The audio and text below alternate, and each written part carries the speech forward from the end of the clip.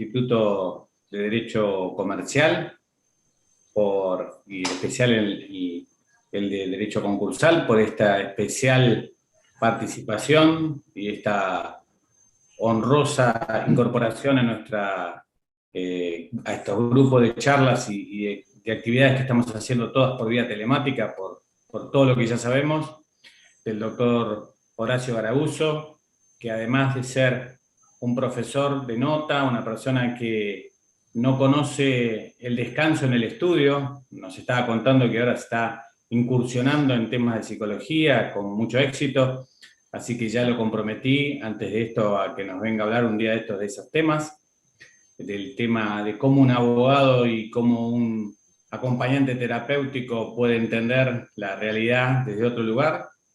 Pero bueno, hoy nos acompaña en lo que es su costumbre, su conocimiento, su profundización, su excelencia, que son los temas de derecho comercial, derecho concursal, que él ha manejado siempre tan bien, allá en su patria chica, pero en toda la provincia de Buenos Aires. Yo quiero decir que un grupo de colegas comercialistas, entre los que quisiera humildemente incorporarme o incluirme, pero donde están tanto el doctor Spanghero, la doctora Marisol Martínez, pero antes de ellos Héctor Blanco Cune, que lo veo que ahí está conectado, al que le agradezco también su presencia, y por supuesto antes que ellos quizás el doctor Garabuso y otros tantos comercialistas de gran nota de la provincia de Buenos Aires, tomaron, como diría Borges, la extraña decisión de ser razonables y dijeron vamos a generar doctrinas de la provincia de Buenos Aires. Como diría la gente allá en el sur, Dios atiende en todos lados, ¿no? Dios está en todos lados, pero atiende en Buenos Aires. Y parecía que no había una doctrina de la provincia de Buenos Aires. La tenía Córdoba, la tenía la capital federal, pero la provincia de Buenos Aires parecía que no la tenía, y la verdad es que no era así. La provincia de Buenos Aires ha tenido excelentes doctrinarios, excelentes jueces, camaristas que han dedicado su tiempo a estudiar y a mejorar la calidad de las normas jurídicas en cualquiera de sus formas, no solamente en la ley, sino en las resoluciones, en los dictámenes de la Dirección de Personas Jurídicas, en las resoluciones que tienen que ver con la justicia que reclamamos hace muchos años y que nunca se dio, que es la justicia comercial. Pero bueno, en todo esto creo que es fundador, sin duda, el doctor Garabuso, por eso decimos que no solo es un profesor, sino además es un maestro. Por eso para mí es no un honor, un gran placer, no solo un honor, sino un gran placer estar aquí dando estas charlas introductorias. Veo también a la doctora Patricia Albano Torres, a la que agradezco, de San Martín, directora del Instituto de Derecho Comercial de hace muchos años, a pesar de su juventud. Y bueno, agradezco también su presencia. Nada más decirles que aprovechen, que no es casual ni común que puedan escuchar un nivel de exposición como el que hoy vamos a tener. Aprovechenlo, porque quizás no todos conozcan de la trayectoria, y creo que esta es una buena oportunidad para ver desde otro lugar el derecho comercial. Lo que siempre ha hecho Horacio es, como dicen ahora, abrirme la cabeza, ¿no? Es poder entender las cosas desde otro lugar, porque hay posiciones filosóficas, hay cuestiones que a veces nos olvidamos. Pensamos que el derecho comercial es un derecho particular, un derecho de práctica usual y nada más. Y tiene su visión filosófica importante, que al momento de solucionar problemas aparecen visiones como la ética comercial, como la ética empresaria, que parecieran ser palabras de otro lugar, y son palabras que hacen al sustrato de la actividad comercial en cualquiera de sus formas. Y los principios generales del derecho, que a veces nos olvidamos, bueno, están muy presentes en todo lo que desarrolla, escribe y hace Horacio. Así que, bueno, creo que me voy a quedar corto en decir todo lo que tengo que decir de él, pero sin embargo habrá oportunidad de seguirlo diciendo, porque seguramente lo vamos a seguir convocando, y ojalá él pueda estar inclusive físicamente para brindarle una acogida un poco menos seca, con algún vino o algún asado o algo más atrayente que esta pantalla tan fría y distante. Por ahora, muchísimas gracias, en serio, de corazón. Y bueno, y le cedo la palabra a Marisol, o a Marcelo, no sé quién le toca. Marcelo. Muchísimas gracias de verdad. Bueno, Jorge, muchísimas gracias. Me toca a mí tener el gusto, la alegría de tenerlo a Horacio Morón, de poder invitarlo. Tenemos a Rubén Morcesian, que está por la zona de Avellaneda de Lanús, la tenemos a Patricia, que está de San Martín. Tenemos tanta gente de tantos lugares. Bueno, el propio Horacio es de Mar del Plata, y de toda esa zona, que es el Partido de la Costa. Aparte, todos sabemos que es especialista en Derecho Concursal, Comercial, docente universitario, miembro fundador de los encuentros de institutos de Derecho Comercial de la provincia de Buenos Aires, que no hay ninguna otra provincia del país que tenga estos encuentros tan pujantes, y él mismo estaba diciendo que comparando la cantidad de ponencias que tenemos ahora, la semana que viene se hace el de San Martín, con otros internacionales, les pasamos el trapo jurídicamente hablando en la cantidad de interesados y gente con ganas de hablar. Les recuerdo a todos, los invito, este es el año en que el Colegio de Morón cumple 50 años, y gracias a los demás directores del Instituto de Derecho Comercial, nos permitieron que nos toque este año a nosotros cerrar el año. Para noviembre vamos a hacer el encuentro nuestro, que es el segundo del año que se hace, así que lo vamos a poder hacer. Y bueno, esencialmente Horacio es un incansable autor, tiene varias obras escritas, artículos de doctrina, y sobre todo, lo más importante, es un orgullo y una alegría para quienes tenemos el honor de conocerlo, de que nos cuente y nos comparta el tema que hoy vamos a hablar, que despertó muchísimo interés. Así que, Horacio, todo tuyo. Muchas gracias. Bueno, les agradezco mucho las palabras que son desatinos de la amistad. Solo por ser amigos de tantos años pueden juzgarme de una manera tan positiva. Yo les agradezco mucho, ¿no? Primero la invitación. Si esta pandemia nos deja algo positivo, es que hemos aprendido a otra forma de comunicación, que es esta: ver, aunque sea una pantalla así de chiquitita, la cara de los amigos, así, de tantos años, ¿no? Es maravilloso, es gratificante, y verdaderamente da gusto poder compartir esta jornada por segunda vez en Morón. La primera vez fue presencial. Estuve perdido 2 horas hasta que mi hijo logró ubicarme para llegar al Colegio de Abogados de Morón. Esta vez hay un icono, uno toca el icono y ya aparece la computadora. Es un viaje mucho más corto y más sencillo. Bueno, en cuanto a la elección del tema, yo le propuse este tema que está ubicado. Hay un libro muy bueno que se llama Mitad de Camino, entre la tierra y el cielo. Bueno, este tema está a mitad de camino entre la tierra y el infierno, ¿no? ¿Por qué? Porque la ley de concursos fue redactada con una visión bonaerense y capitalina. Se dio por supuesto que todo el país federal que nosotros tenemos tiene tribunales de apelación en la materia civil y comercial. Se dio por supuesto que en todas las provincias argentinas existen recursos abreviados, que a los cuales nosotros le decimos en relación, en recuerdo del viejo relato de quien trasladaba el expediente a la Cámara. Se dio por supuesto de que hay recursos libremente concedidos en todas las jurisdicciones.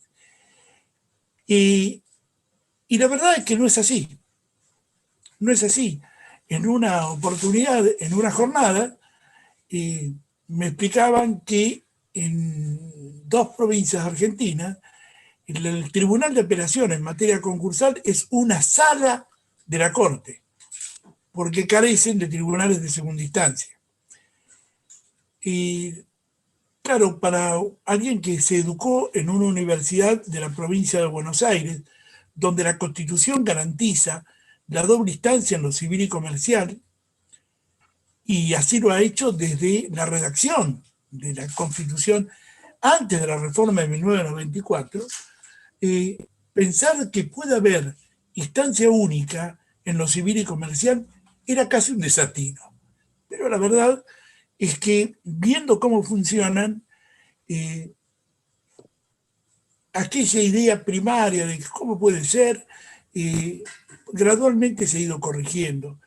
Y esos tribunales de instancia única tienen un funcionamiento tan aceptable o criticable como el de nuestros juzgados unipersonales y tribunales de alzada. La ley de concursos, insisto, en el viejo texto de la ley 19.551, fue redactado por dos porteños, Alegría y Fargosi, y un cordobés, Quintana Ferreira. El texto en materia de recursos prácticamente no ha tenido cambios al incorporarse el nuevo sistema de la actual ley de quiebras. La cuestión, antes, vamos a ir al artículo actual, el artículo 273 tiene resuelta esta cuestión. En primer lugar, en el inciso tercero, determina las resoluciones son inapelables. Y el inciso cuarto dice, cuando se concede relación y efecto suspensivo. Están los principios. Ahora, yo me animo a decir que nunca un principio legislativo ha sido tan excepcionado por la propia ley que lo consagró como la ley de concursos lo ha hecho.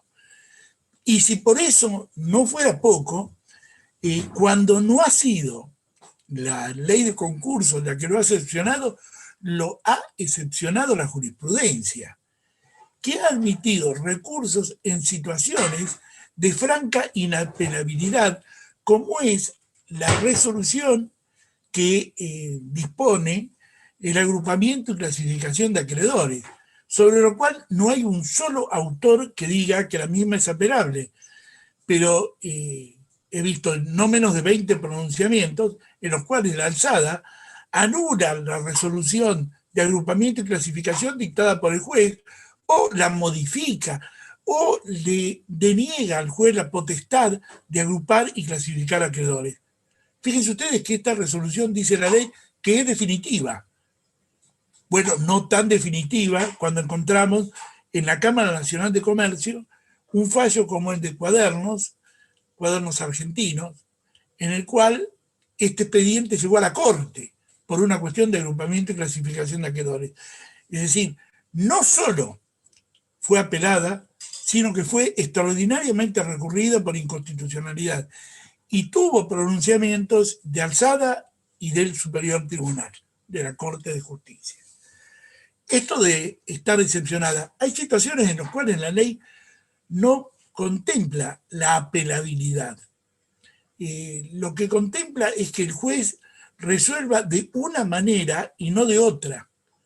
Ahora, ¿qué sucede cuando el juez resuelve de otra manera de aquella que la ley imaginó? Vamos a poner algunos casos de esto que son verdaderamente interesantes. Sujetos comprendidos en los concursos. Aquí juegan varias normativas, pero yo voy a señalar dos en particular. Una es la ley de concursos y otra es la ley de entidades financieras, que le veda el acceso al concurso preventivo a las entidades financieras.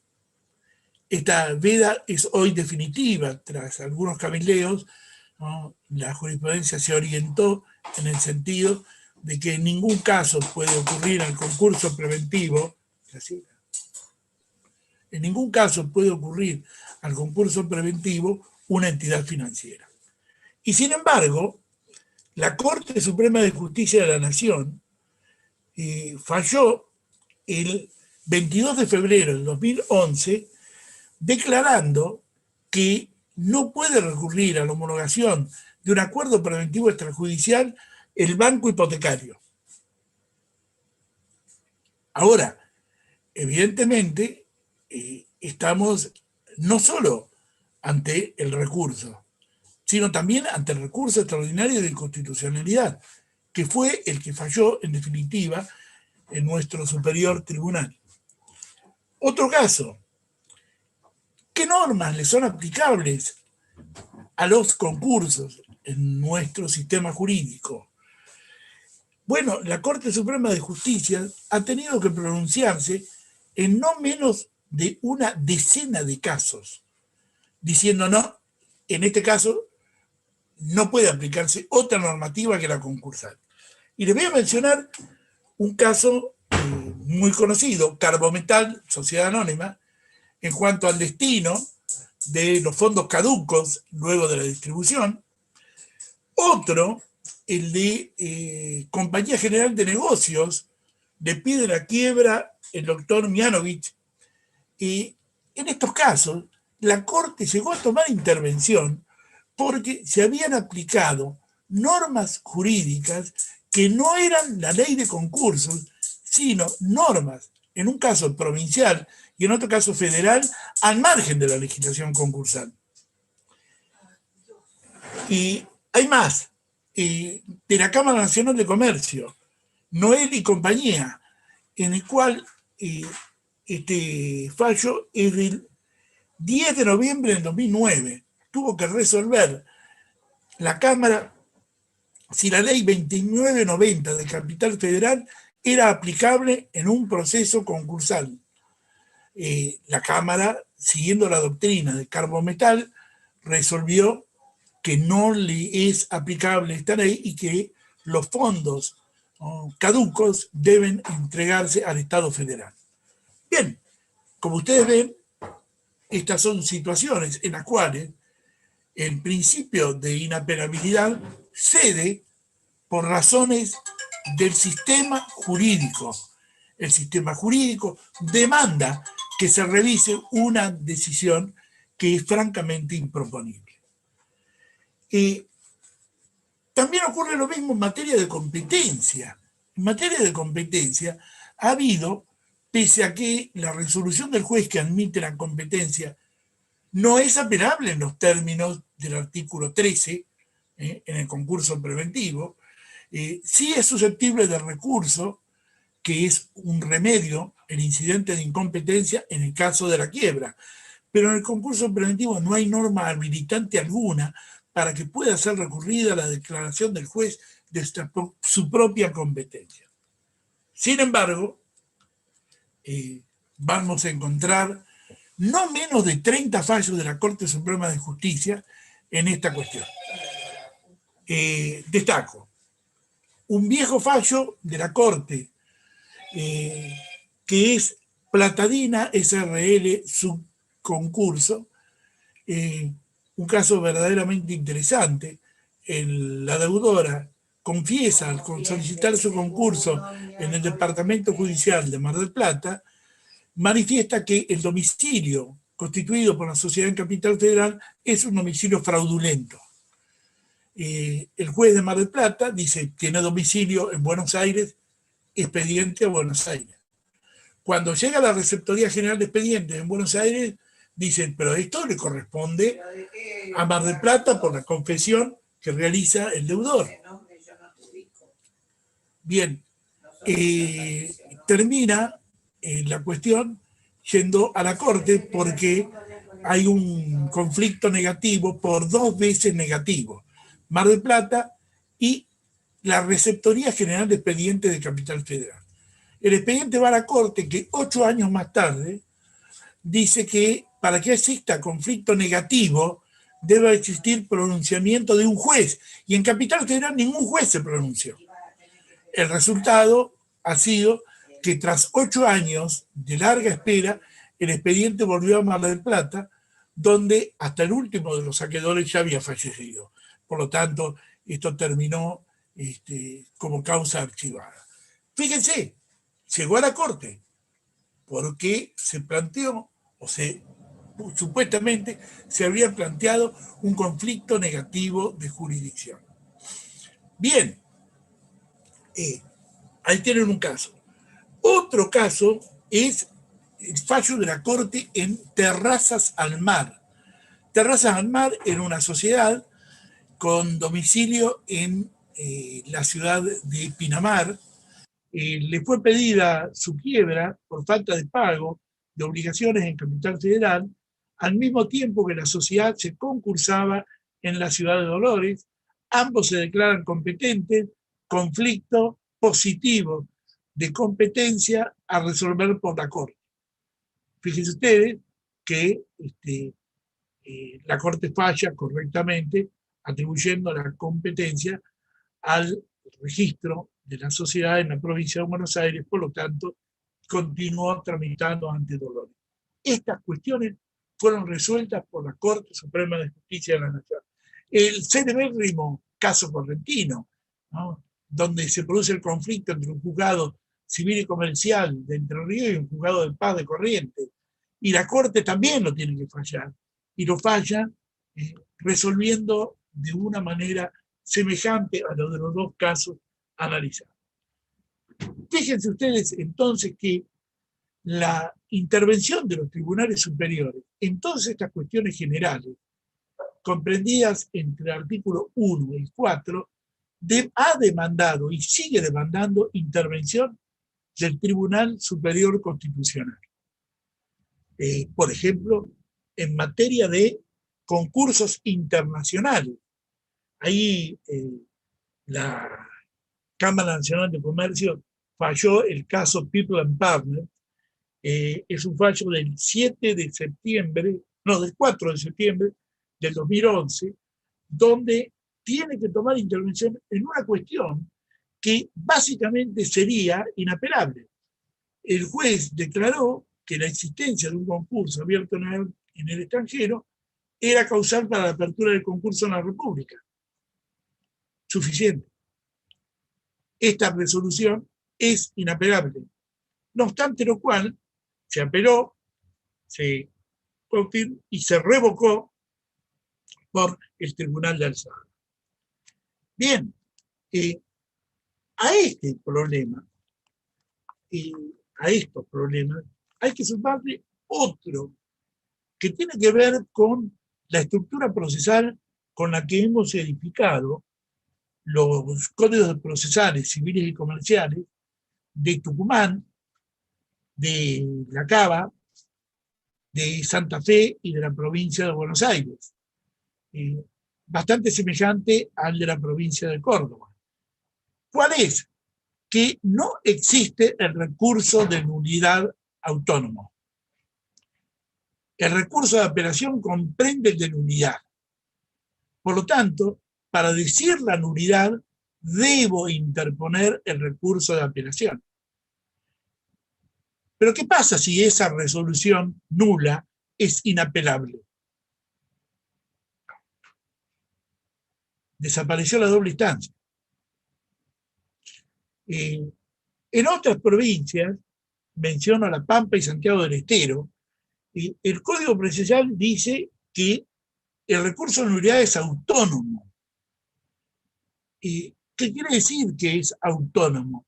Que uno puede interponer el recurso de nulidad y fundar exclusivamente la nulidad y no fundar la apelación, porque en realidad yo no apelo, sino que digo la nulidad del pronunciamiento. En todos los casos sería admisible, porque lo que establece el 273, inciso tercero, es la inapelabilidad y no la improcedencia del recurso autónomo de nulidad. Pequeño problema para nuestros colegas de Santiago del Estero o de nuestra vecina provincia de La Pampa. Para nosotros la cuestión está resuelta, porque si es apelable puede plantearse la nulidad. El problema es cuando es inapelable y es nula. ahí no existe, en principio, una vía para hacer valer la nulidad por vía recursiva. Tal vez, con buen criterio, se admita la vía incidental para resolver la cuestión. Este es otro tema que también debe ser considerado cuando uno analiza los remedios y recursos en materia concursal.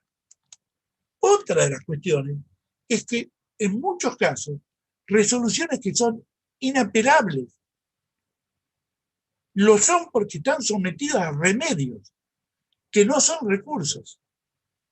Remedios que no son recursos que a la postre, por tramitar por vía incidental y conforme al artículo 285 de la ley, son apelables. No encontraríamos, desde esta perspectiva, remedios que no concluyan con apelación. Es decir, planteo, para poner un ejemplo del que hablé ayer, el incidente de revisión.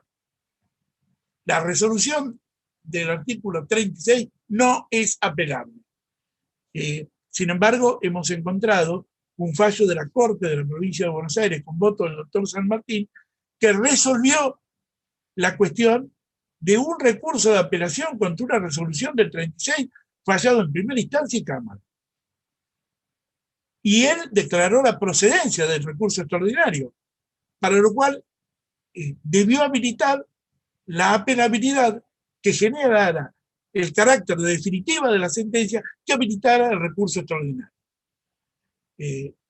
La jurisprudencia sigue haciendo excepciones, ¿no?, a la regla de inapelabilidad de la ley concursal.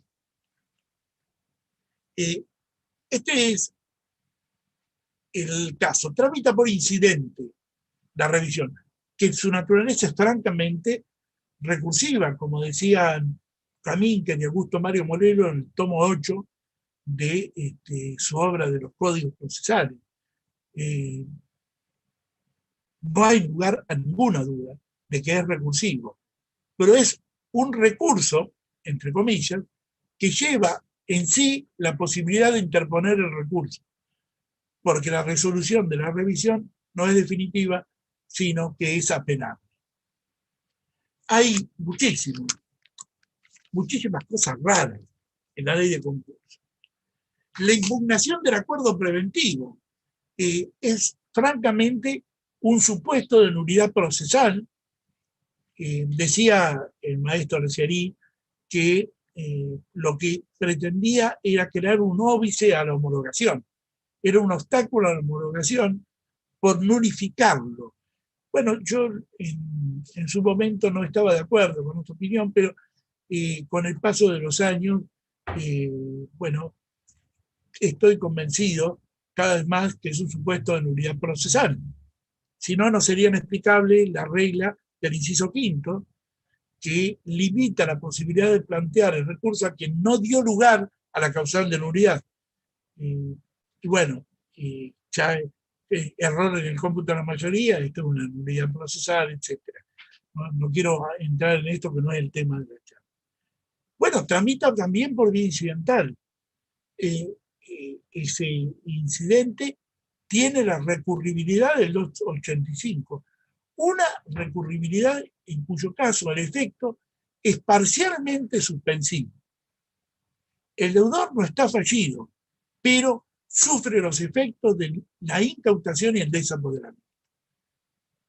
Con lo cual tenemos un no fallido, desapoderado e incautado por quiebra, que no se encuentra firme.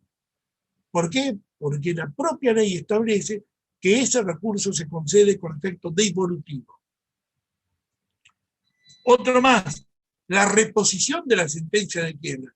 La sentencia de quiebra directa no es apelable. Eso, yo me acuerdo cuando era estudiante, así empezaba la clase del doctor Luis María Gana. La sentencia de quiebra directa no es apelable. Si es pedida por el deudor, porque sería ir contra sus propios actos. Si es pedida por el acreedor, porque existen otros remedios para hacer efectiva la revocación de la resolución. Bueno, también en este caso, conforme el artículo 94 tramita por vía incidental, y en tal caso el 285 abre en el remedio la vía del recurso. Y lo mismo pasa en el levantamiento sin trámite, en el cual el artículo 96 dice también que la resolución en este sentido también es apelable. O sea, es un incidente que no se sustancia como tal, pero cuya sentencia es apelable como la sentencia que dirime en término final un incidente conforme al 285.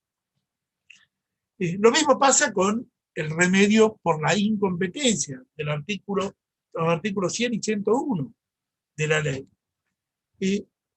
Hay cosas todavía más extrañas en la ley. A esas dos les voy a dedicar un párrafo especial. La acción de ineficacia concursal tramita por la vía del proceso ordinario o por la vía del incidental. Aquí hay una diferencia. Si las partes optan por incidente, el recurso se concede en relación y efecto suspensivo. Pero si las partes no optan por la vía incidental, artículos 119 y 120, el recurso se concede libremente, porque tramita por vía ordinaria en nuestra jurisdicción. Por lo tanto, depende del trámite cuál va a ser el formato de ese recurso. Y allí, pero cuando la ineficacia es declarada por el juez de manera cuasi oficiosa, artículo 118, sin necesidad de acción o petición alguna, ahí sí la ley establece que la resolución es apelable. Y es apelable por dos vías, por la vía del recurso de apelación o por la vía del incidente de apelación. Me imagino que si es un incidente de apelación y tramita como incidente, debe considerarse que también esa resolución es apelable, con lo cual tendríamos apelación de lo apelado y doble apelación para este supuesto. Y el caso más peculiar de intervención del Tribunal de Alzada, una verdadera rara avis en el sistema jurídico argentino, es el caso del artículo 272 de la ley. En materia de honorarios, ¿no? El 272 se refiere a la apelación de los honorarios, sobre lo cual no vamos a entrar en polémica alguna. Pero dice, en los supuestos de los incisos 1 y 2 del artículo 265, y en su caso, en el supuesto del inciso 5, el juez ahí concede o no el recurso, según que cumpla o no los recaudos que establecen las leyes procesales locales. Pero en los otros supuestos, los de los incisos 3 y 4, aunque no hayan sido apelados, debe remitir el expediente a la Cámara. Sin apelación, el expediente debe elevarse a la Cámara. Esto, cuando yo estudiaba Derecho Procesal, existía en el viejo Código Procesal de la provincia de Buenos Aires, Código de Procedimiento Civil y Comercial, y se llamaba avocación. Y la doctrina nos llamaba avocación interna, que es cuando un expediente sin recurso debe ser resuelto de manera definitiva por la Cámara. En este caso, al solo efecto de reducir los honorarios, pero no para elevar. Aquí tenemos una rara avis en nuestro sistema jurídico. Son todos remedios que llevan anejado el recurso, salvo el caso del artículo 272, que elimina o prescinde del recurso y en todo caso debe tomar la decisión final del SAT. Bien, hasta aquí las cosas que son bastante inexplicables. Bien, la ley dice que si se concede el recurso, lo es en relación y con efecto suspensivo. Bueno, esta es la generalidad de los casos. No obstante lo cual, hay algunos supuestos de efecto devolutivo, es decir, no suspensivo. Voy a mencionar la imposición de sanciones al deudor cuando se admite la separación de la administración o la limitación con el nombramiento de un coadministrador o un interventor controlador, cuando esta es admitida, el deudor apela, el recurso se concede en relación y efecto suspensivo. Como se interpreta que esta es una medida cautelar para preservar el patrimonio cesante, el recurso se concede con el mismo efecto que el de las medidas cautelares, y es de efecto suspensivo. Lamentablemente, esto deja en una posición muy mala a los deudores cuando deben enfrentar a continuación un periodo de exclusividad en el que, sin llegar a la administración, estando separado de ella, aunque esté recurrido, debe igualmente negociar con los acreedores. Otro caso, la suspensión de las subastas del artículo 24. Es apelable, se concede en relación y también con efecto devolutivo, como ocurre con casi todos los recursos en materia de continuación de la explotación de la empresa. Son casi todos con efecto devolutivo. Y uno que debe también tenerse en cuenta es el carácter parcialmente suspensivo del recurso de apelación de la nulidad del acuerdo preventivo o del acuerdo preventivo extrajudicial. ¿Por qué?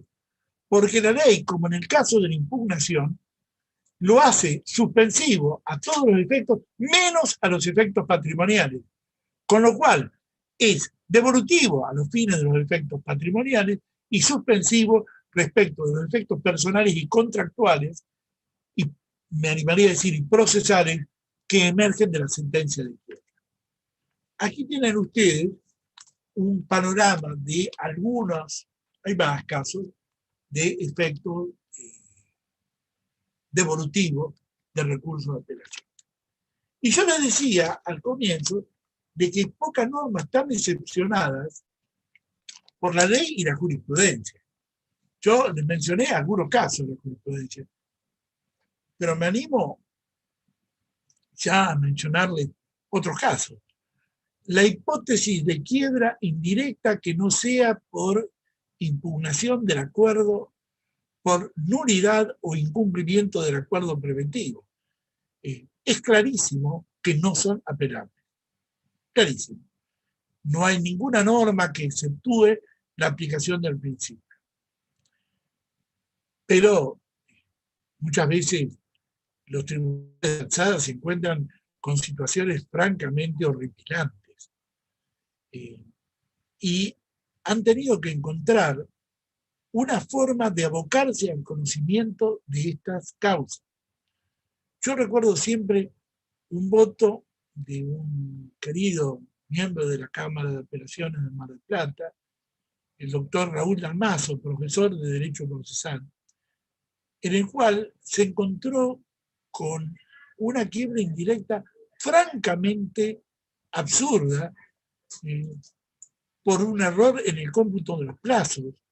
Consideró de que, no habiéndose realizado la audiencia informativa, igualmente el plazo estaba cumplido y inmediatamente declaró la quiebra. El expediente llega por vía de apelación, la apelación es rechazada por el juez de primera instancia, se interpone la queja, y en la queja el doctor Dalmazo decía algo como esto, que en supuestos de gravedad institucional, cuando el sostenimiento de la resolución agrava el sistema jurídico en su conjunto y aún la garantía del debido proceso, no queda más remedio que asumir y resolver por el tribunal de alzada.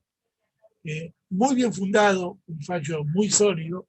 Yo lo he comentado en más de un encuentro de institutos, porque fue confirmado por la Corte bonaerense ese fallo. El síndico estaba muy interesado en la quiebra. Pero bueno. Graciela. Perdón que voy a silenciar. Graciela, Por favor, estoy hablando, se escucha todo. Bueno, mi señora estaba hablando con mi hija por teléfono. Necesité que Un no se me besito a extrañe. Graciela. Bueno, muy bien. Excepcionado. Rechazo de la demanda de concurso preventivo. Aquí tienen ustedes una excepción en el artículo 13. No esperó demasiado el legislador para excepcionar el principio.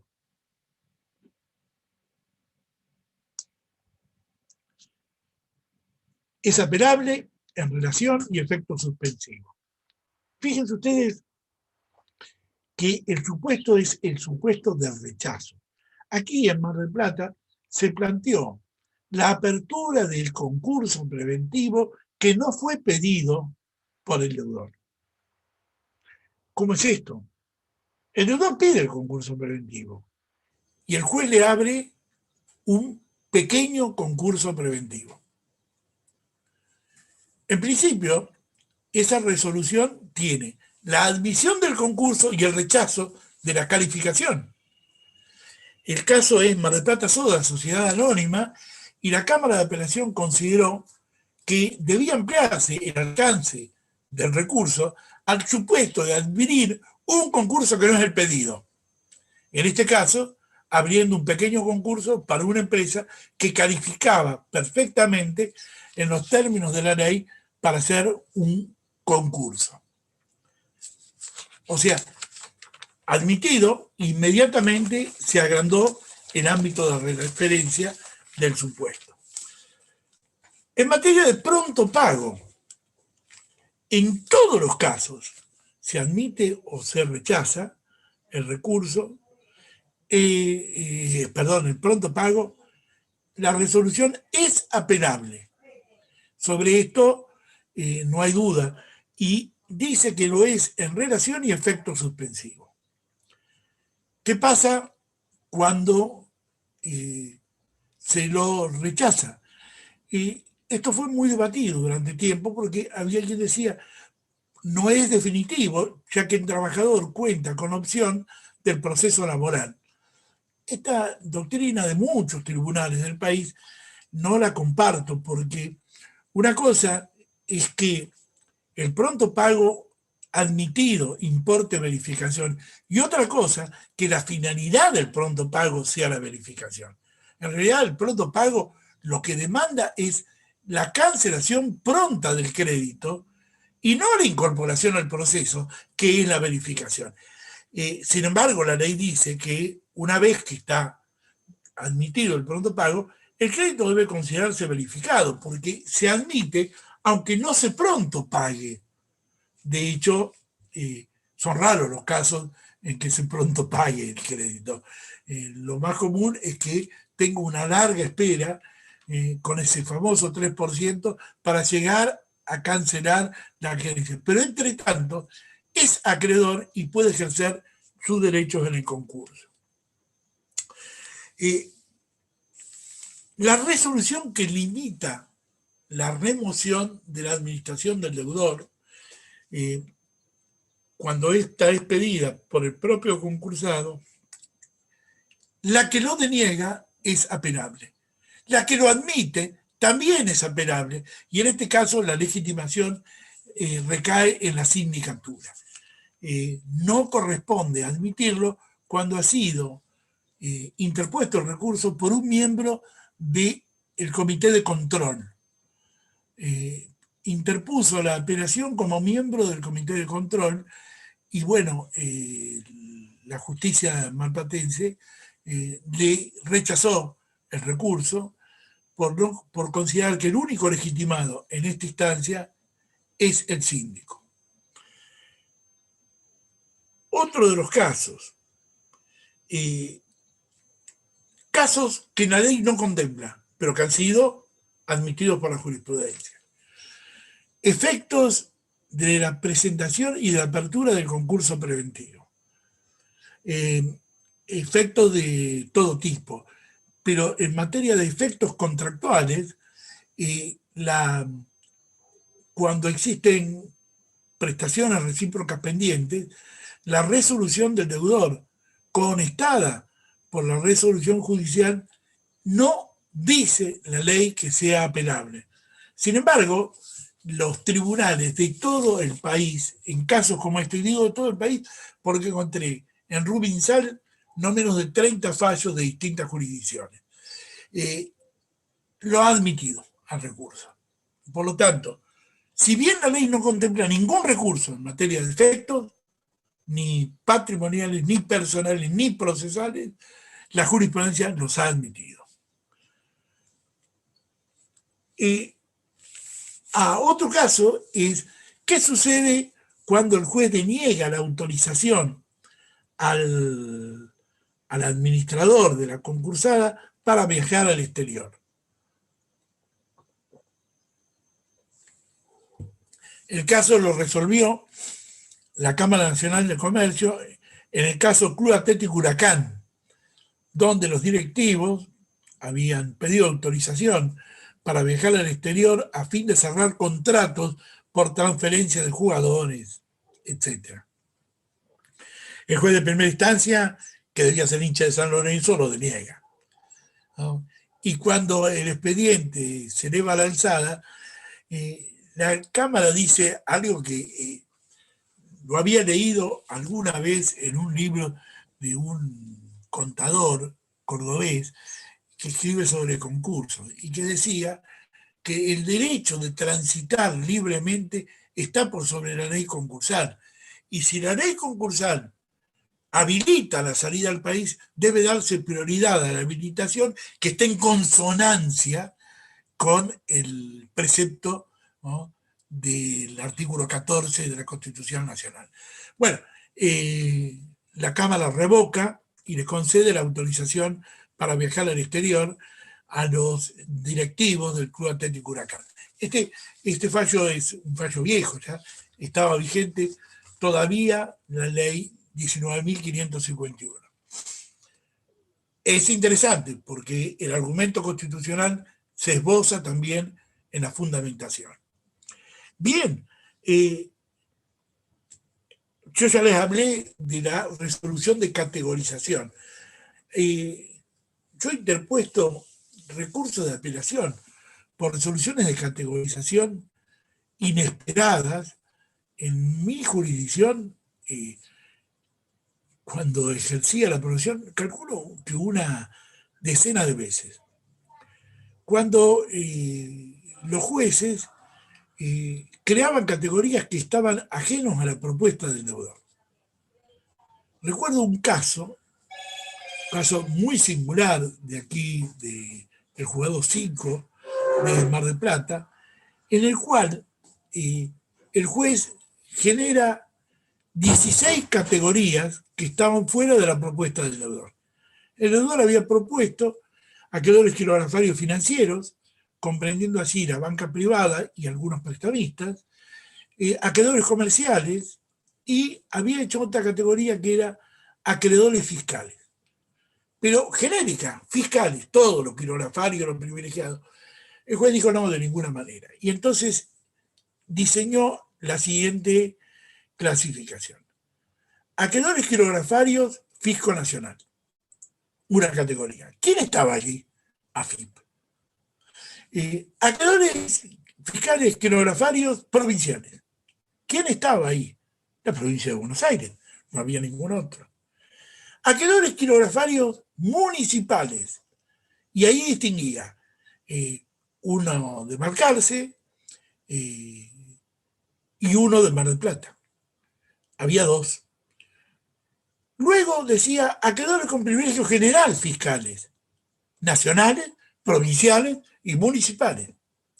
Luego acreedores por obras sociales, y que había uno. Creó 16 categorías, de las cuales 14 eran de acreedor único. Es decir, que el deudor requería la unanimidad en 14 de 16 categorías que no habían sido propuestas por él. ¿Qué creen que hizo la Cámara de Apelaciones?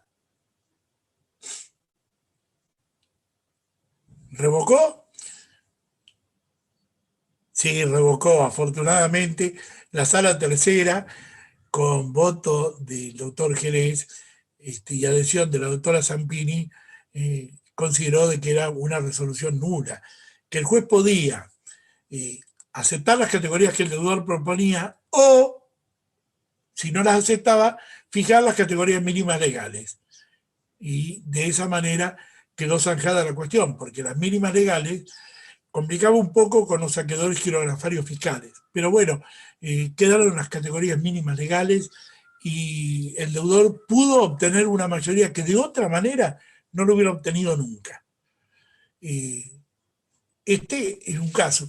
Y el otro que tuve, también de otro juzgado de aquí de Mar del Plata, el juzgado 6, también el juez consideró de que era absurdo tener en una misma categoría a un acreedor de 20.000 pesos y un acreedor de 12.000. Y entonces me puso acreedores de entre 12 y 20, entre 8 y 12, entre 4 y 8, entre 2 y 4 y de 0 a 2. Categorías en las cuales en la categoría de 0 a 2 había un acreedor. O sea que el deudor tenía que pagarle. No le quedaba otra, porque necesitaba la unanimidad en esa categoría. Y de eso, bueno, se apeló, y en este caso la Sala 3 volvió a revocar la resolución judicial. Bueno, como ustedes verán, hay de todo, ¿no? Ahora, lo gracioso es que esta resolución es inapelable. Nadie planteó la inapelabilidad de la resolución. Ni el juez que concedió el recurso en el segundo caso, ni la alzada cuando lo recibió. Y sin embargo, queda comprendido en el principio general. La resolución es inapelable. Otro supuesto, la homologación. Este es para, francamente, para preocuparse. Desde mi punto de vista, como el juez no está autorizado a no homologar si se reúnen las mayorías, el asunto es simple. Si el juez homologa, la resolución no es apelable, ¿no? Si no puedo no homologar. Pero la jurisprudencia, especialmente la porteña, y de algunos tribunales del interior de nuestra provincia de Buenos Aires, establecen que el juez puede negar homologación en el supuesto de propuesta abusiva o en fraude a la ley. Para lo cual recurren al texto del artículo 52. Lo sorprendente es que la ley no ha previsto que esta resolución no homologatoria sea apelable. Por lo tanto, cae bajo el principio general de la inapelabilidad. Sin embargo, yo los invito a que tomen Rivera. El doctor Rivera, después de decir que el fraude a la ley que no se mencionaba en la ley anterior de ninguna manera estaba excluido porque el juez no puede hacerse cómplice de un fraude a la ley y puede negar la homologación. Decía, y en todo caso, para seguridad del deudor, esta resolución es apelable. Con motivo de un concurso en el cual ambos éramos miembros de la comisión, le pregunté dónde estaba prevista la apelabilidad. Y me dijo, la ley no la contempla, entonces es inapelable. No, está fuera del sentido común que es inapelable una resolución como esta. Le digo, no está fuera. Lo que está fuera es que la ley debió prever, primero, que pueda no ser homologada un acuerdo. En segundo lugar, que esa resolución, cuando se funde en situaciones tales como la de abusividad, ¿no?, debe ser materia de apelación. Porque el juicio del juez sobre lo que es abusivo y no es abusivo puede ser un juicio desviado, un juicio lleno de prejuicios, y verdaderamente siempre es necesaria una nueva mirada. Pero la ley nada de esto ha dicho. No se me ha planteado nunca el caso de que no se haya homologado una propuesta, porque en general la jurisprudencia no cumple tampoco acá la ley. Porque la ley dice, cuando no hay una homologación, no lo dice en el 52, lo dice en una norma precedente, y dice, en caso de no homologarse, se declara la quiebra. Decía Víctor que este caso es cuando procede una impugnación, porque de acuerdo con el texto originario de la 24.522, la resolución que obtenía la mayoría debía ser homologada. No podía. Bueno, la cuestión es que esta licencia del recurso de apelación no está receptada en la ley de concursos. Sin embargo, lean ustedes, yo lo tengo subrayado en mi libro, yo cuido los libros, no les hago una marquita, ¿no? Los dejo siempre impecables, parece que no se hubieran usado, los leo apoyándolos en un atril para que no se ajen, amo los libros, y acá al lado mío está el atril. Acá está, ¿lo ven? Acá está. En este atril leo los libros para que no se arruinen. Pero en este caso lo subrayé, porque en todo caso la resolución es apelable, dice Rivera. Y yo digo, ¿es apelable por un acreedor que está disconforme? Porque en todo caso comprende también la posibilidad de que un acreedor se disconforme. Bueno, lo cierto es que a mi juicio es inapelable, ¿no? Y que los jueces deben ser muy criteriosos. Y de hecho lo son, porque en lugar de declarar la quiebra, abren la tercera vía. Y a veces abren 3 veces la tercera vía. No, mire, todavía no es suficientemente no abusiva la propuesta. Agréguele algún interés. Agréguele, achiquen un poquito los plazos. 30 años es demasiado. Póngale 20. No, yo le voy a poner 25. No, mire, le voy a dar una nueva tercera vía. ¿No? Achique un poco los plazos. O ponga un interés mayor para esos últimos años. ¿Quién sabe lo que va a pasar? Esto me lo decía a mí un juez en su momento.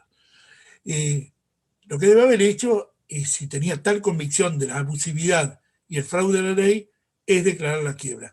Pero como existe la convicción de que el juez debe homologar, el único caso en que puede no homologar es en el supuesto del Crandall Power. Si se reúnen las mayorías en general o en las categorías o en el caso de que medie un concurso del agrupamiento, debe homologarlo. No, de eso no tengo lugar a ninguna duda. Bueno, aquí tienen ustedes un caso sobre el cual se habla poco porque vino la tercera vía a cerrarnos, que es la vía más usada, ¿no?, por los jueces que no están conformes con que un deudor que carece de capacidad patrimonial deje de pagar intereses. A veces suceden estas cosas. Y yo quiero recordar un caso de Mercedes, provincia de Buenos Aires. Es un caso interesantísimo. El juez negó homologación a un acuerdo votado unánimemente por todos los acreedores. No había tardíos pendientes de verificación ni sometidos a revisión, porque a juicio de la magistrada, esto es increíble, era una industria metalúrgica, había fallecido el titular y el concurso era de su sucesión.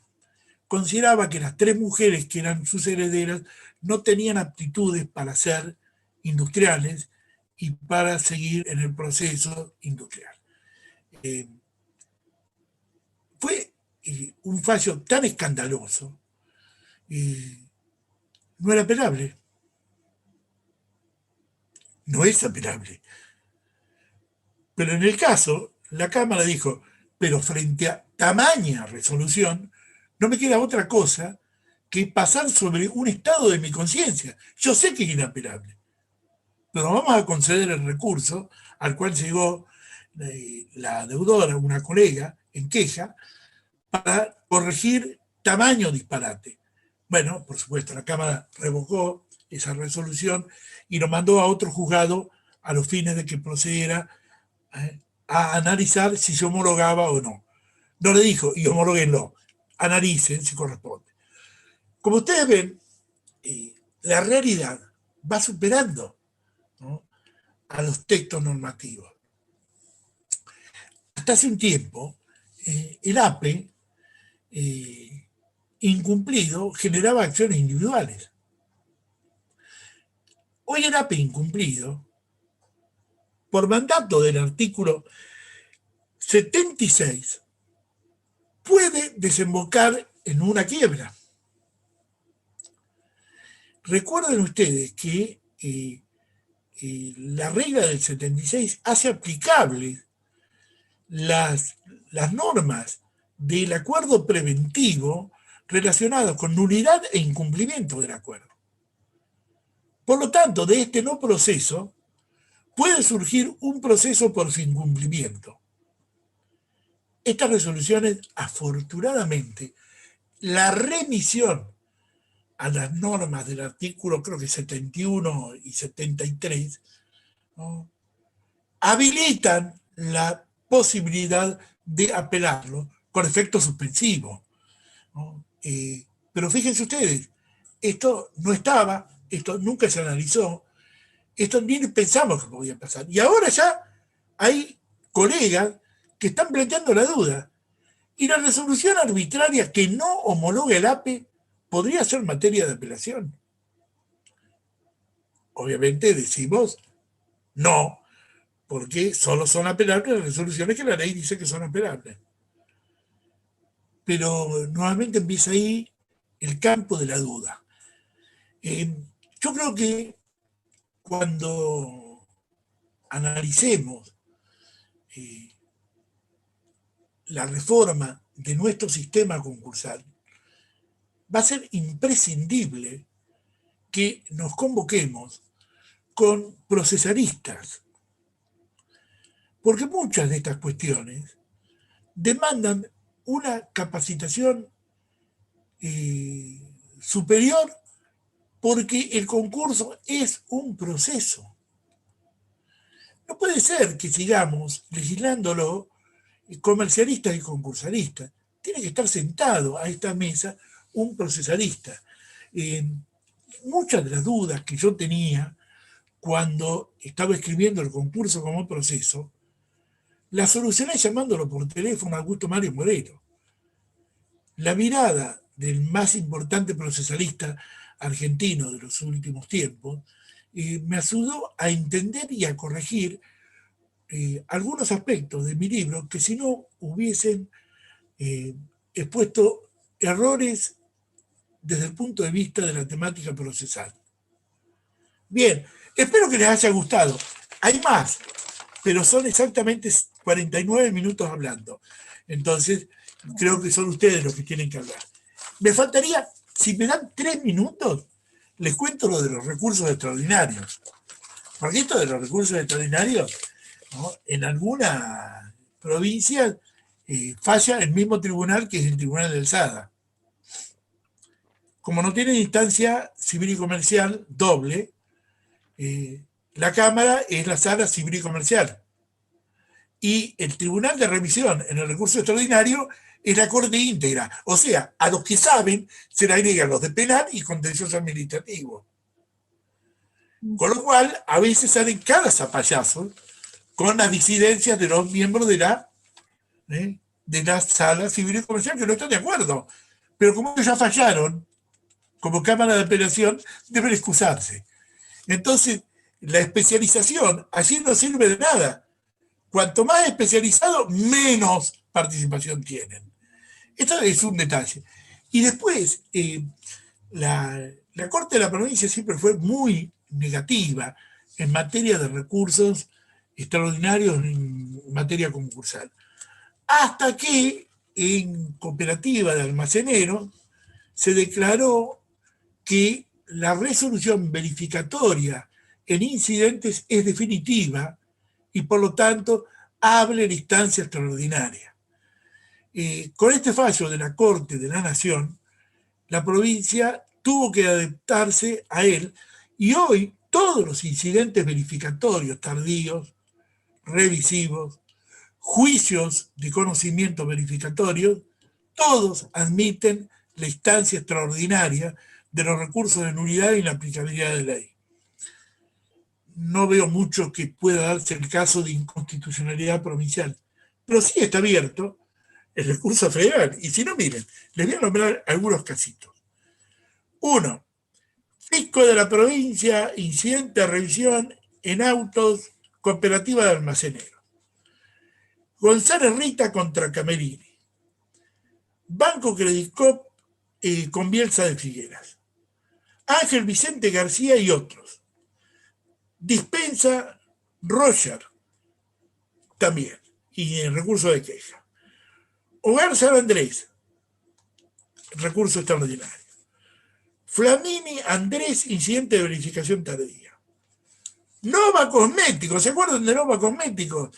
Este fallo terminó en la Corte de Nación, pero pasó por la Corte de Provincia también, porque esta decisión verificatoria es definitiva. Fíjese usted, y agreguen algunos otros. Municipalidad de Avellaneda, incidente en Filcrosa. Recorrió la instancia local y terminó en la instancia extraordinaria. Lo cual me permite decirles que muchas resoluciones inapelables han sido resueltas por recursos extraordinarios en la Corte Suprema de Justicia de la Nación. Y para muestra, las que les acabo de mencionar. Muchas gracias y bueno, quedo a disposición de ustedes. En principio Genial, te queremos agradecer. genial. Perdón, Marisol, dale vos que no hablaste. No, le iba a decir que genial y que me quedé pasmada de la cantidad de fallos que tiene Horacio. Podríamos hacer el juego de ver cómo los clasificamos, ¿no? Y de acuerdo a quién está de acuerdo, si es apelable o no es apelable, estaría un juego, mirá, buenísimo. Yo voy a pasar este apunte que tengo. Ay, dale. Lo voy a pasar en la computadora y les voy a pasar los fallos, porque cuando uno necesita, a veces, interpongo en un método de operación, no es inapelable. Sucede que hasta la Corte de la Nación es inapelable. Así que Sí. me voy a, mañana me pondré a pasarlo en limpio y se lo voy a pasar a Marcelo para que ustedes puedan tenerlo a su disposición. Dale, Perfecto. dale. Sí. Perfecto. Conspira contra el derecho de fondo, ¿no? Sí. Marcelo.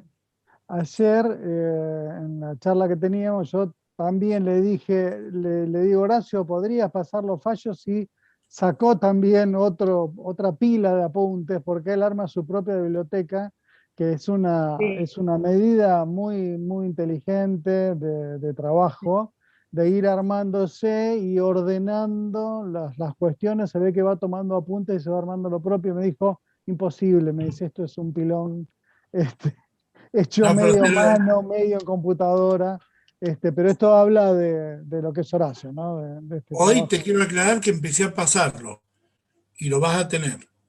Genial. Hoy empecé a pasarlo a todos. sobre la jurisprudencia en materia de incidente de revisión y las costas de un incidente de revisión, que hay muchísima jurisprudencia.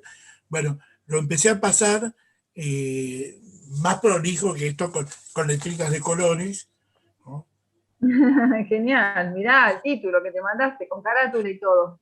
Sí, es así. Horacio es pionero, porque vos lo tenías antes de que tuviéramos la facilidad de la recopilación por los buscadores de internet, ¿no? Vos tenías tu propio fichero y todo, Sí. Aparte, en muchos de ellos habías tenido intervención. Sí, debo ¿Te confesar acordás cuando Stempel, me copié de Hugo Stempels.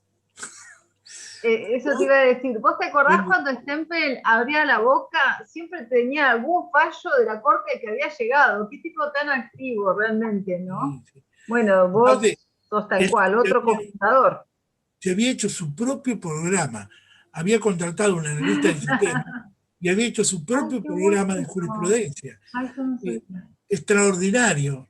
La verdad, Sí, el mejor analista de jurisprudencia que yo he conocido es el queridísimo, sin duda, sí. inolvidable Hugo Stempels, ¿no? Sí. Verdaderamente no puedo olvidarme de un gran No, amigo, no, ¿no? Uno de los fundadores de estos eventos provinciales, claro. del instituto más viejo de la provincia de Buenos Aires, como decía siempre él, el de Bahía Blanca, ¿no? Que se peleaba con el de San Isidro a ver cuál era el más viejo de los dos. Pero por unos meses era el de Bahía Blanca. Y siempre decían, es el nuestro. Bueno, estoy a disposición para los que quieran preguntar.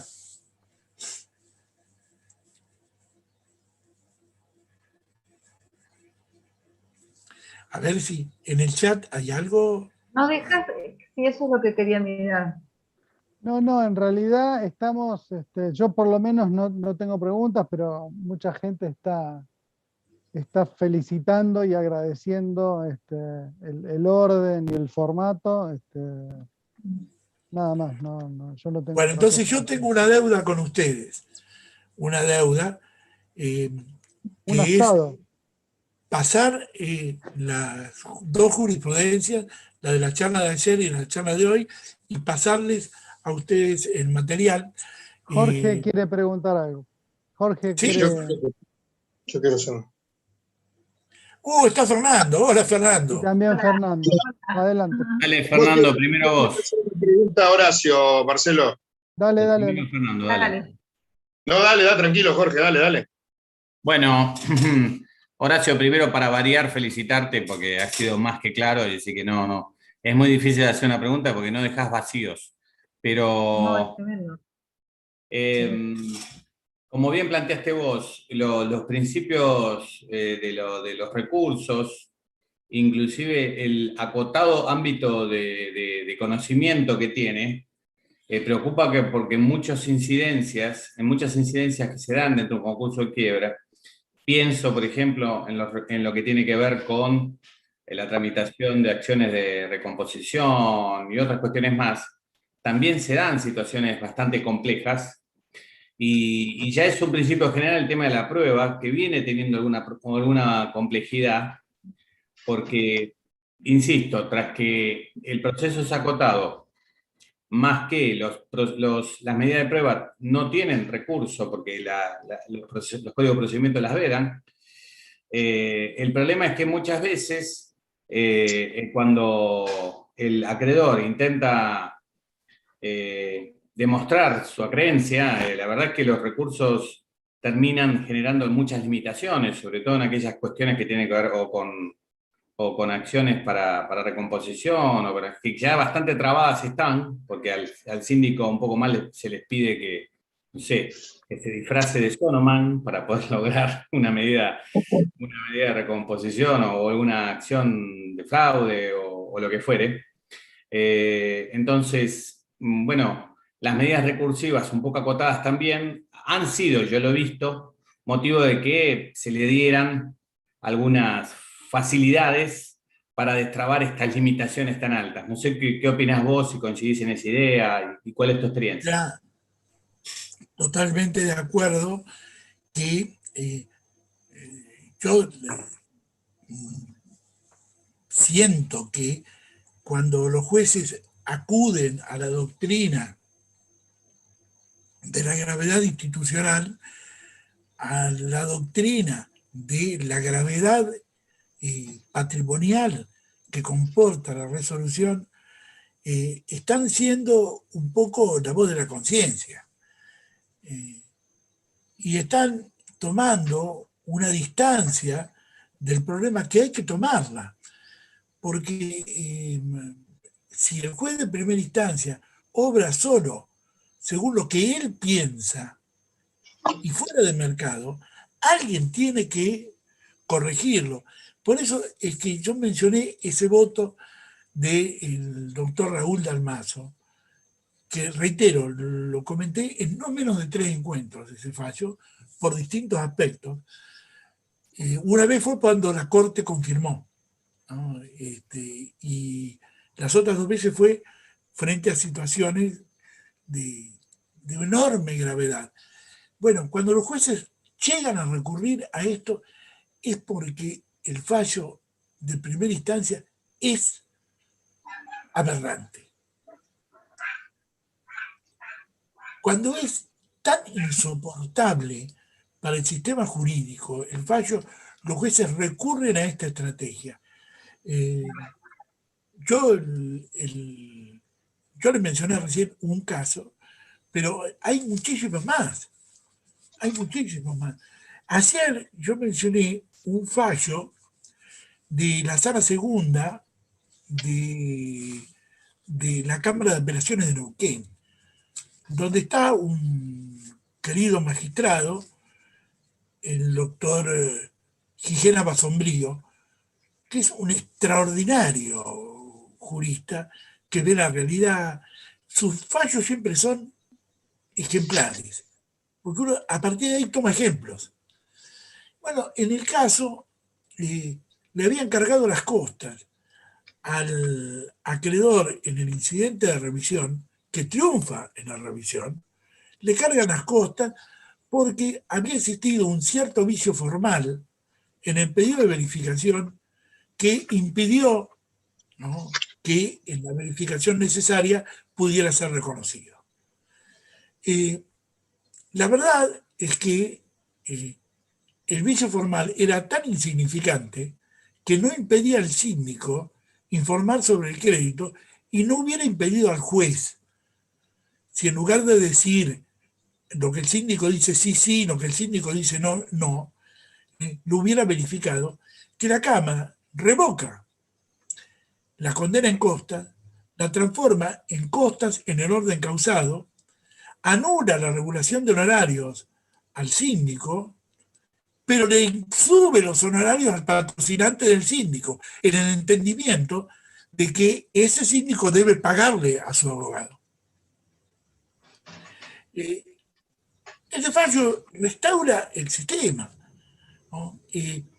Yo podía probar mi derecho con una pericia, pero no la pude hacer porque en la verificación necesaria no puedo proponer pericias.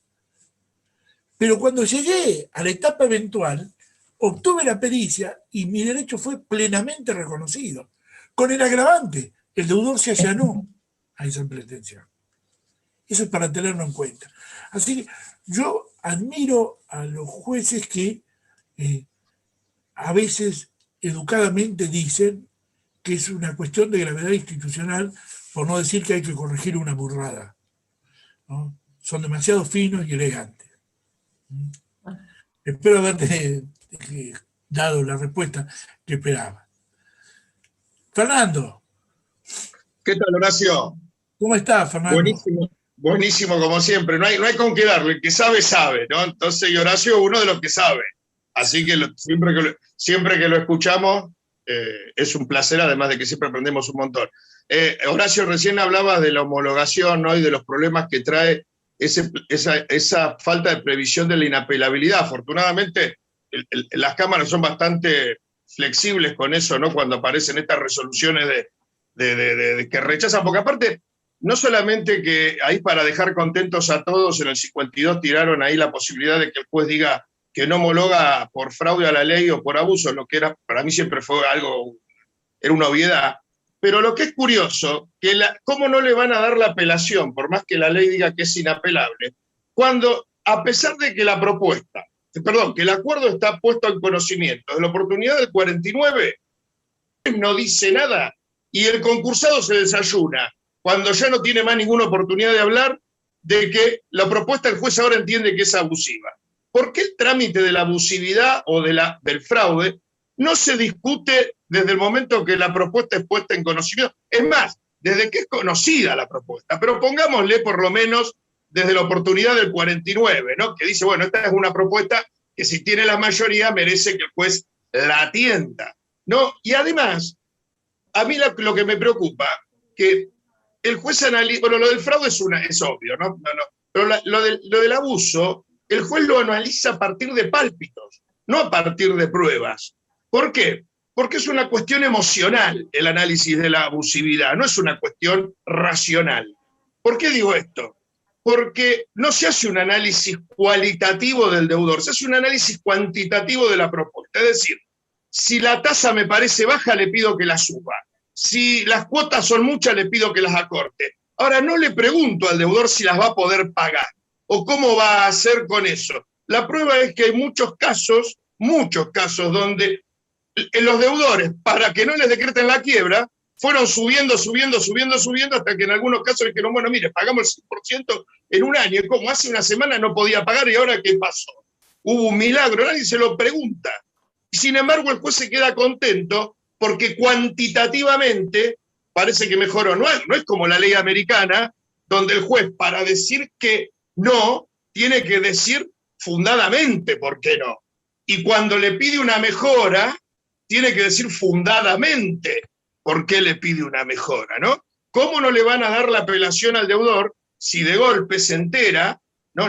Antes llegábamos con la propuesta aprobada y bueno, ya está. Ahora resulta que el deudor se entera, tenés oportunidad, cuando, insisto, lo que es de locos es que estando esto en conocimiento, por lo menos desde la oportunidad del 49, recién esperemos a cuando no hay más oportunidad, lo mismo que cuando se le permite a los acreedores cuestionar por abusiva la propuesta, de golpe hasta cuando pasó la oportunidad de la impugnación, ¿no? Cosas que pasan. Así que yo coincido, afortunadamente le dan la apelación y las cámaras son, en ese sentido, no sé vos qué pensás, pero entiendo que muy buenas. En general son fallos excelentes. Yo te voy a agregar algo más. Acá en Mar del Plata, los jueces conceden el recurso. Al principio no lo concedían, pero cuando la Cámara admitía las quejas, empezaron los 12 juzgados de ese entonces, ahora son 16, ¿no?, a admitirlo. Y ponen, fíjate vos en el fundamento, ¿no?, Conf Rivera, tomo 1, página, ¿no? Es decir, la única afirmación del libro de Rivera que no tiene ningún fundamento es la que citan para dar el recurso, ¿no? Es bueno ese libro, ¿eh? Uno puede pensar distinto, Rivera, pero que es coherente, es un librazo ese, ¿no? Pero lo único que es incoherente es el fundamento, ¿eh? Realmente causa gracia. Buenísimo, muchas gracias, Horacio, un abrazo grande. No, gracias a usted. Ahí quería consultar algo. Bueno, hola Horacio, hola a todos. Gracias por la brillante exposición, como siempre. Y a mí lo que siempre me trae preocupación es el rechazo del pedido de quiebra. ¿Es apelable o no es apelable?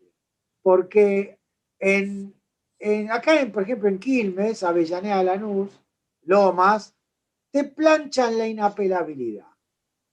Con el argumento que creo que Mafia lo decía, que bueno, usted tiene otra oportunidad para venir y otra. Claro, lo que se olvidan es que pagué tasa de justicia, pagué bono y se olvidan esos argumentos de que me planchaste el rechazo porque dice, por ejemplo, que tener 50 cheques rechazados no es estar en situación de pago. Esto va más allá del merecimiento, ¿no? O perdón, de la pertinencia, ¿no?, del pedido de quiebra con cheque.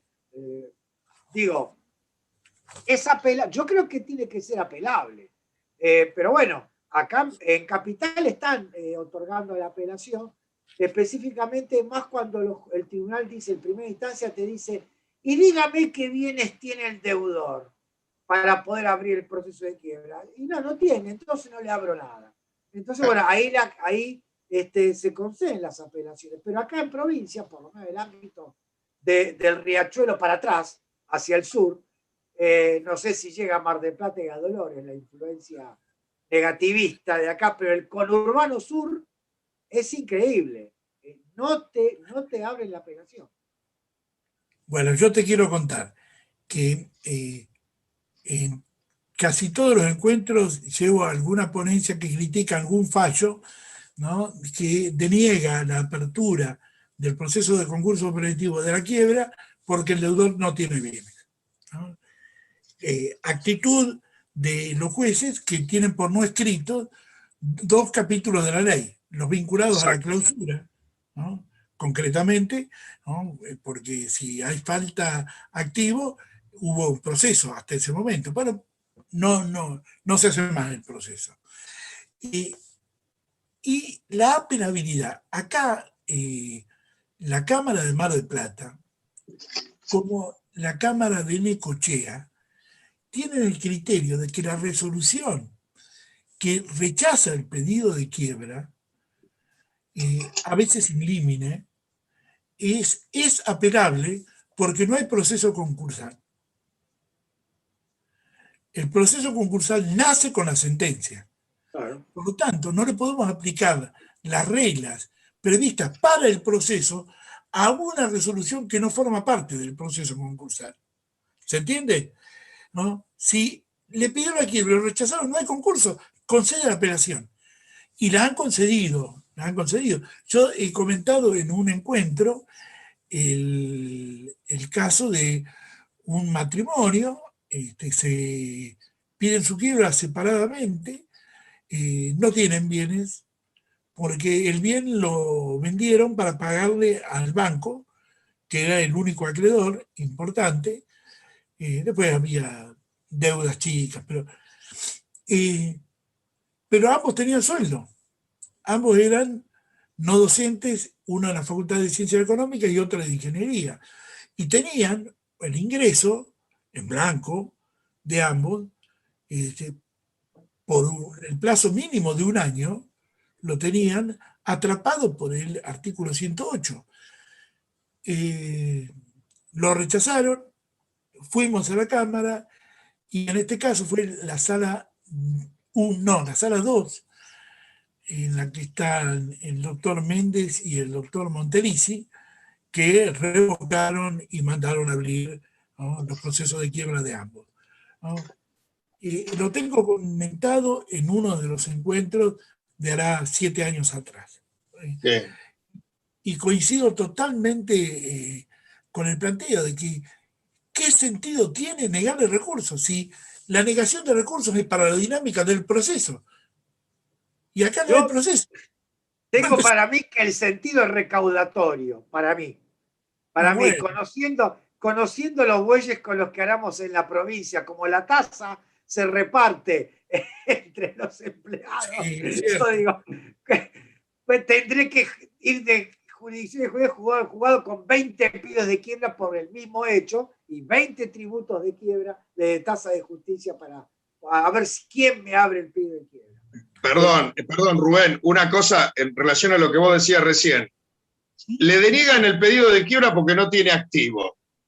Y si la persona quiere descargar su pasivo, ¿cómo hace si no tiene activo? Encima. A ver, decía que porque es pobre lo perjudicamos mal. Decimos, pero esos son los tipos de mente corta que piensan que la quiebra es solamente la liquidación. Y para mí es mucho más. Coincido contigo. Y fíjate vos que hay algo mucho más grave. Cuando se lo deniegan al acreedor, le mantienen ese crédito en su activo. Claro. No puede castigar el estado contable dándolo de baja, ¿no? Entonces, estoy pagando impuestos sobre algo que no tengo y que es incobrable. Es francamente disparatado. Es francamente disparatado.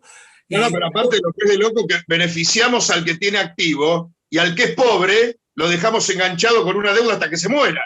Lo que es una cosa de loco. Exactamente. O sea, es de loco, ¿no? Es de loco, pero bueno. Totalmente de acuerdo. Es lo que hay. Es lo que hay. Bueno, yo he pasado una tarde muy agradable. Muy bien. Realmente agradezco, Marcelo, por la invitación. Sepan que este jubilado tiene más tiempo que el que tuvo nunca en su vida y que está dispuesto a seguir estudiando. Así Te vamos a exprimir como una naranja, entonces. Cuando Vamos a ustedes usar me para lo que necesiten, yo voy a estar siempre a disposición. nos ayudas muchísimo. Además, los institutos de la colegiación, hoy lo decía Jorge, y fue una quijotada de un grupo de personas que tuvimos un encuentro fortuito con el desprecio y decidimos no ser despreciados. Y yo lo voy a nombrar, porque estaban los doctores Stempels y Paroneto de Bahía Blanca, estaban los doctores Couso, Murillo y un imberbe en ese entonces, el doctor Pisani, estaba por Mar del Plata, estábamos Luis María y yo, estaba el doctor Porcelli, no sé si lo recuerdan, a Luis, un Fue gran director varón. de Morón, Luis Porcelli. Exactamente. Fue director de Morón en una etapa. Exacto. Sí. Estaba. Y Rubén dice que él había ido por San Martín. No sé. Vos estabas ahí y yo no estaba. En ese momento no había nadie por San Martín, pero inmediatamente fue uno de los primeros institutos que llegó al primer encuentro. No estuvo en Junín en 1984, pero sí estuvo en marzo del 85 en Mar del Plata. Y me acuerdo que eran dos personajes los que vinieron, ¿no? Uno era el doctor Rubín, ¿no? Y el otro era el doctor, no me acuerdo, que participó también de algunos otros encuentros con posterioridad. Y bueno, de ese grupo de locos, no voy a olvidarme de Fito Pedroda y de el queridísimo juez de Chapa y Pintura, como él mismo se calificaba, en lugar de civil y comercial decía de Chapa y Pintura. Con ellos iniciamos esta aventura y bueno, gracias a Dios, enseguida hubo gente que se sumó y hoy lo podemos decir, todo evento que se organiza sobre derecho en nuestro país, a los institutos se nos invita. Estamos en las cuentas de todos los que quieren escribir. Siempre estamos nosotros. Y eso es señal de que hemos trabajado bien, que siguen trabajando bien, y eso hace que 14 ponencias escribí para San Martín, ¿no? Estás casi en el récord. Tenga más ganas, ¿no?, que nunca de seguir participando con ustedes. Y sobre todo con esa líder tan importante que es Patricia. Patricia tiene un fuerte liderazgo entre todos nosotros y tenemos mucha admiración por ella. Así que, ¿no?, aprovecho que está presente para decírselo, porque si lo digo y ella no está, no se va a enterar de todo lo que la queremos. Gracias. No sean exagerados. Yo soy, ya te dije, el burro petizo, que empuja y empuja, ¿no? Osvaldo Mafía dijo que para que un instituto funcione no hacen falta sabios, hacen falta varios burros petizos que empujen el carro. ¿Y sí? Eso lo dijo Osvaldo Mafía, que vino a dar la primera conferencia que organizó el Instituto de Derecho Comercial de Mar del Plata. Así que te elegiste en el rango de los que hacen andar los institutos. Sí, no, yo creo que de ahí vino el homenaje a los directores, porque si ellos no tiran, si no tiramos todos, esto no sería posible, ¿no? Por eso se nos ocurrió hacerle el homenaje a todos ustedes, ¿no? Me encantó el homenaje. Bueno, Con algunas sorpresas hay, por supuesto. Ustedes saben cómo son las chicas de San Creativas. Martín. Muy creativa aparte. la Muy doctora creativa, Alba. sí. Divertida. Sí, así Bueno, que está muy bueno. Muy Muchas bueno. gracias a todos. Un beso, muchos cariños y nos volvemos a ver. Gracias, Muchas Horacio. Gracias, Horacio. Gracias por todo. Eduardo. Gracias. Horacio. nos vemos. Un beso gracias. a Graciela. Mandale. Chao, Un beso chao, grande a Dale un Graciela y besito otro que- para vos. Chao, Y chao. estuve Sí, cocinando. luego. La buena cocina. Gracias, un placer. Hasta Chao a luego. todos. Muchísimas gracias. Chao, Hasta chao. luego. Chao, Hasta chao luego. todos. A todos, chao, chao. Nos vemos la semana que viene.